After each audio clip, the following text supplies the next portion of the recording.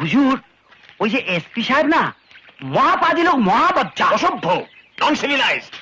এই জায়গা থেকে বলে ছাগল নিয়ে। হুজুর, ওই ঘনাশালা সাহেবের কানে কিছু লাগায়নি তো? হতে পারে, হতে পারে। আজকাল ও তার সব মাল বেচে বশির মিয়ার কাছে, আর এসপি সাহেবের সঙ্গে বশির মিয়া খুব খাতি।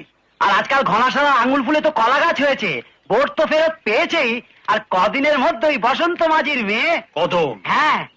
ম্যারেজ করবি যতীন? বিয়ে? না হুজুর, আমি ওই সব ঝঞ্ঝট ঝামেলায় নেই। কদমকে পেলেও বিয়ে করবি না? কাকে? কদমকে? হ্যাঁ, কদমকে। কদম। বাবা, বুঝেছি। খুশি একেবারে উথলে পড়ছে। হ্যাঁ, শোন, কদমের বিয়ে তোর সঙ্গেই হবে, থাকবে সে তোরই ঘরে। আমি শুধু মাঝে মাঝে, বুঝলি কিনা? আহা, হুজুর, ভগবান আপনার কি দিয়ে যে তৈরি করেছেন! বাদর করতে গিয়ে শিব করে ফেলেছেন। বন্দুক রাখলেন, তাও আমারই কাঁধে। তা রাখুন, এটো খাবার অভ্যেস তো আমার আছেই। যা, বসন্ত মাঝিকে ডেকে আন। ডেকে আনবো কেন হুজুর? আমি ধরে নিয়ে আসছি। এইবার দেখছি খনা শালাকে। অত কি ভাবছো বসন্ত? পুরো খরচ তো আমি দেব। তাছাড়া কদমের জন্য যতীনের চেয়ে ভালো ছেলে কোথায় পাবে তুমি? তা তো বুঝলাম কর্তা, যতীন ছেলেও ভালো, কিন্তু আমার বউ এ বিয়েতে কিছুতেই রাজি হবে না। বউ? কি আশ্চর্য, তুমি বউকে এত ভয় পাও? ভুলে যেও না তুমি পুরুষ। নাও, এটা খেয়ে পুরুষ কাজ জাগ্রত করো।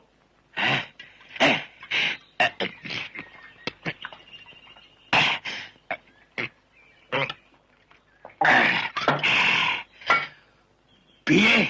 এ বিয়ে হবে, হতেই হবে। আমার বউশালী মাঝখানে কথা বলবার কে? এর মালিক আমি। এক্সেলেন্ট। এই তো এতক্ষণে পুরুষ কাজ জাগ্রত হয়েছে। যতীন, যাই কর্তা। আহা, দেখছো দেখছো বসন্ত, তোমার জামাইকে কেমন মানিয়েছে?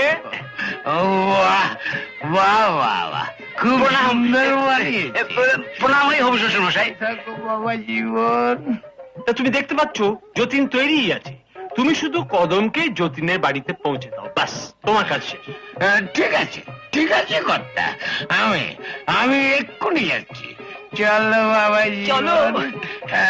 আবার কি হলো? ইয়ে, আপনি একটু পদধূলি দেবেন না কর্তা? হ্যাঁ, সেটা ঠিক উচিত হবে।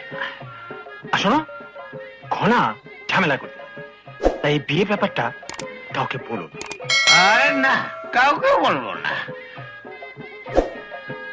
এই নাও, হ্যাঁ, দুটো বোতল। একটা যতীনের বাড়ি পর্যন্ত পৌঁছবার জন্য, হ্যাঁ, আর একটা বিয়ে পর্যন্ত পুরুষ কাজ জাগ্রত রাখবার জন্য। চল শালা জামাই। চলো, চলো।